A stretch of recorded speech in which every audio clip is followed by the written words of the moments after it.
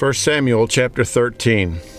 Saul reigned 1 year, and when he had reigned 2 years over Israel, Saul chose him 3,000 men of Israel, whereof 2,000 were with Saul in Michmash and in Mount Bethel, and 1,000 were with Jonathan in Gibeah of Benjamin, and the rest of the people he sent every man to his tent. And Jonathan smote the garrison of the Philistines that was in Geba, and the Philistines heard of it. And Saul blew the trumpet throughout all the land, saying, Let the Hebrews hear. And all Israel heard say that Saul had smitten a garrison of the Philistines, and that Israel also had an abomination with the Philistines. And the people were called together after Saul to Gilgal.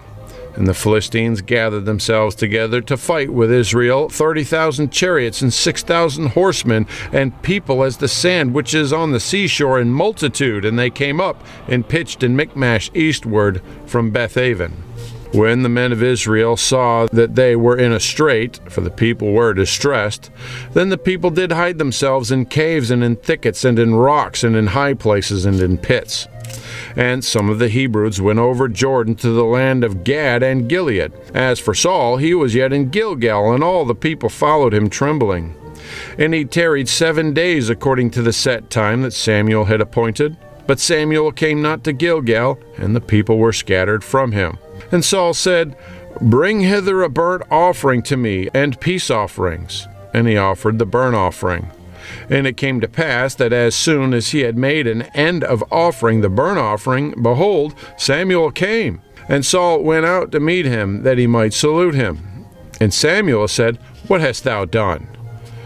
And Saul said, Because I saw that the people were scattered from me, and that thou camest not within the days appointed, and that the Philistines gathered themselves together at Michmash, therefore said I, The Philistines will come down upon me to Gilgal, and I have not made supplication unto the Lord. And I forced myself, therefore, and offered a burnt offering. And Samuel said to Saul, Thou hast done foolishly. Thou hast not kept the commandment of the Lord thy God, which he commanded thee. For now would the Lord have established thy kingdom upon Israel forever. But now thy kingdom shall not continue. The Lord hath sought him a man after his own heart, and the Lord hath commanded him to be captain over his people, because thou hast not kept that which the Lord commanded thee. Samuel arose and gat him up from Gilgal unto Gibeah of Benjamin, and Saul numbered the people that were present with him, about 600 men. And Saul and Jonathan his son and the people that were present with him abode in Gibeah of Benjamin. But the Philistines encamped in Michmash. And the spoilers came out of the camp of the Philistines in 3 companies. 1 company turned unto the way that leadeth to Ophrah, unto the land of Shual. And another company turned the way to Beth-horon, and another company turned to the way of the border that looketh to the valley of Zeboim toward the wilderness.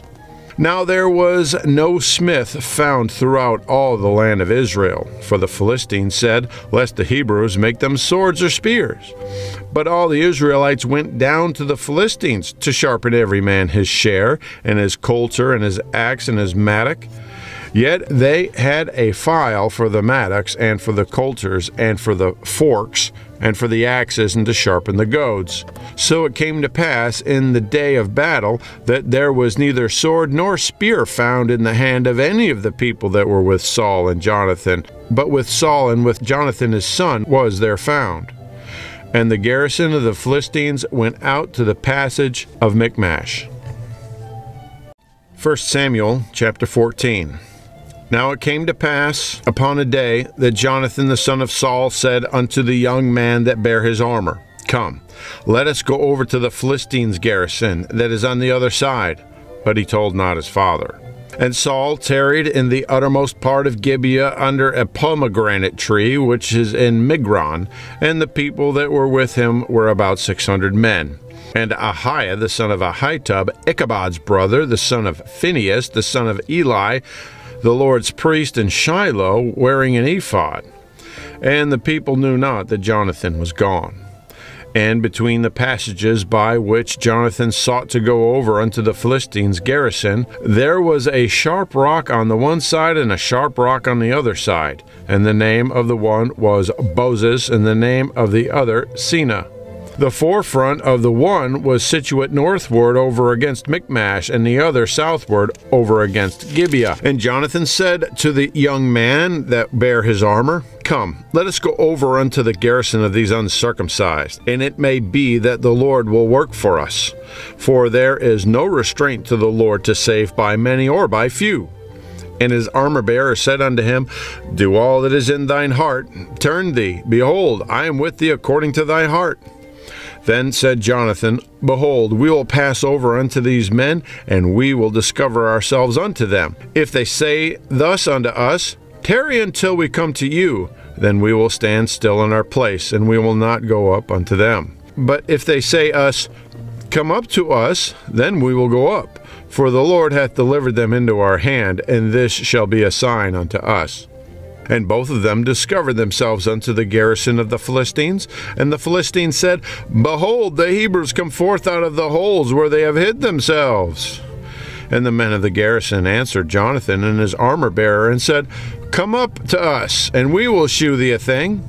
And Jonathan said unto his armor-bearer, Come up after me, for the Lord hath delivered them into the hand of Israel. And Jonathan climbed up upon his hands and upon his feet, and his armor-bearer after him. And they fell before Jonathan, and his armor-bearer slew after him. And that first slaughter which Jonathan and his armor-bearer made was about 20 men within as it were an half acre of land, which a yoke of oxen might plow. And there was trembling in the host, in the field, and among all the people, the garrison and the spoilers. They also trembled, and the earth quaked. So it was very great trembling. And the watchmen of Saul and Gibeah of Benjamin looked, and behold, the multitude melted away, and they went on beating down one another. Then said Saul unto the people that were with him, Number now, and see who is gone from us. And when they had numbered, behold, Jonathan his armor-bearer were not there. And Saul said unto Ahiah, Bring hither the ark of God. For the ark of God was at that time with the children of Israel. And it came to pass, while Saul talked unto the priest, that the noise that was in the host of the Philistines went on and increased. And Saul said unto the priest, Withdraw thine hand. And Saul and all the people that were with him assembled themselves, and they came to the battle. And behold, every man's sword was against his fellow, and there was a very great discomfiture. Moreover, the Hebrews that were with the Philistines before that time, which went up with them into the camp from the country round about, even they also turned to be with the Israelites that were with Saul and Jonathan. Likewise all the men of Israel which had hid themselves in Mount Ephraim, when they heard that the Philistines fled, even they also followed hard after them in the battle. So the Lord saved Israel that day, and the battle passed over unto Bethaven. And the men of Israel were distressed that day, for Saul had adjured the people, saying, Cursed be the man that eateth any food until evening, that I may be avenged of mine enemies. So none of the people tasted any food. And all they of the land came to a wood, and there was honey upon the ground. And when the people were come into the wood, behold, the honey dropped. But no man put his hand to his mouth, for the people feared the oath. But Jonathan heard not when his father charged the people with the oath. Wherefore he put forth the end of his rod that was in his hand, and dipped it in an honeycomb, and put his hand to his mouth, and his eyes were enlightened. Then answered one of the people, and said, Thy father straitly charged the people with an oath, saying, Cursed be the man that eateth any food this day. And the people were faint. Then said Jonathan, My father hath troubled the land. See, I pray you, how mine eyes have been enlightened, because I tasted a little of this honey. How much more, if haply the people had eaten freely today of the spoil of their enemies which they found? For had there not been how much greater slaughter among the Philistines? And they smote the Philistines that day from Michmash to Aijalon, and the people were very faint. And the people flew upon the spoil, and took sheep and oxen and calves, and slew them on the ground, and the people did eat them with the blood. Then they told Saul, saying, Behold, the people sin against the Lord, and that they eat with the blood. And he said, Ye have transgressed. Roll a great stone unto me this day.